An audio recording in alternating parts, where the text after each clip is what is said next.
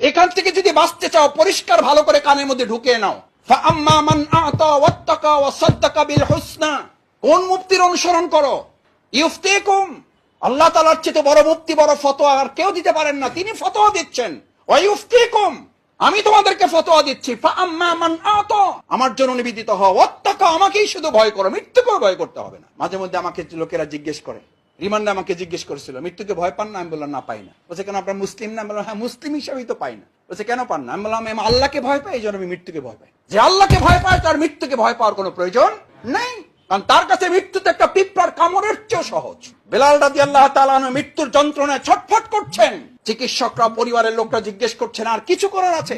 আর কি কিছু করতে পারে আপনার জন্য? বেলাল রাদিয়াল্লাহু বলে কিচ্ছু করতে হবে না, মৃত্যুর জন্য প্রত্যাশী। মৃত্যু ছাড়া তো আমার আল্লাহর সাথে সাক্ষাৎই হবে। মৃত্যু ছাড়া আমি আমার রাসূলকে হারিয়েছি, তার সাথে তো আমার সাক্ষাৎই হবে না।